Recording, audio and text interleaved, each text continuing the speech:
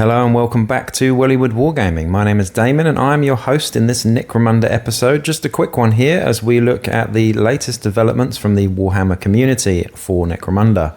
Of course, what we've got here and what we're looking at today is the Nomad Herder and Anthromite Duneskuttler.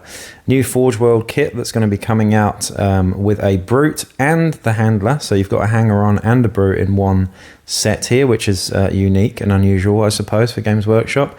Is it going to cost an arm and a leg? Probably, based off the flying vaginas, or ripperjacks as they're known. As you saw, the recent price of that was absolutely ridiculous. So while you remortgage your house, you might want to think about this one as well. But let's have a look and just sort of get some first impressions on this one. I'm going to start off with the fella on the left here, and he is the Nomad Herder. Now this is a hanger-on and quite an interesting one as well. Comes in the Book of the Outcast. Both of these you'll find rules for in the Book of the Outcast. Really nice looking model. I love the Ash Waste Nomads. I think they look fantastic. I haven't actually got my hands on any yet, but I'd really want to paint them. I can see just by looking at them how much I want to paint them. This guy's no different at all. He just looks fantastic, really nice pose. He looks a bit more chunky than a lot of the Ash Waste Nomads, at least the plastic kits anyway.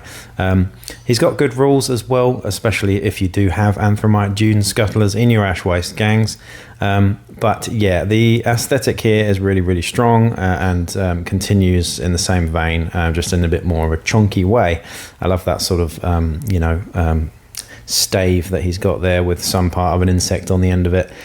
The real thing that we need to talk about here, though, is the Duneskuttler itself. Now, when I got the Book of the Outcast, I was really excited about the rules for the Duneskuttler. I thought, you know what, on paper, it's probably my favourite Brute, actually, and I know that's a bold statement. I don't tend to use Brutes that much. I've used the odd Ambot here and there. They feel a bit too powerful for Necromunda for me, so I tend to try and avoid using them unless I really need to. But the Duneskuttler is definitely one that I had a lot of interest in. When I read the rules for it and when I imagined, certainly with the name Duneskuttler, I kind of imagined some sort of, either a sort of millipede or a spider or something with definitely more than 4 legs. But what we've got here is something that looks very like a sort of insect version of a predatory cat. And I don't like it. I've been looking at it all morning, and I just don't like it. I've seen it from a few angles. The tail looks too short from this angle. I'm sure it's not from the side on, actually, but the problem that I've got with it, well, I've got 2 problems with it. Firstly, it seems too small for a Brute. There's a few people arguing that, yes, insects are very strong and la-di-da, you know, if an ant was the size of a cat, then it would probably smash your face in. Fair enough. But for a Brute, I still expect a bigger miniature. Especially when you're paying absolute premium for these things as well. But the thing that really bothers me about it, actually, is the 4 legs. Now, the back legs are sort of jointed like an insect's legs should be, just like the, the mounts that the Ash Wastes Nomads ride as well. But the front legs are not jointed that way. So the front legs look very much not like an insect. The back legs look much more like an insect. The tail looks very awkward. And overall, the whole thing looks very awkward. Not sure about the colour of the paint job either. I don't know if that helps, but I'd like to see a black sort of carapaced creature. I think most of these insects would look generally better if they were sort of black and shiny, personally. At least that's the way I'd paint them. But I'm not a fan. I am going to stick with my own sort of idea in my head and do some sort of kind of weird millipede or centipede sort of vibe. Or if I can find some sort of spider, then I'll do that instead.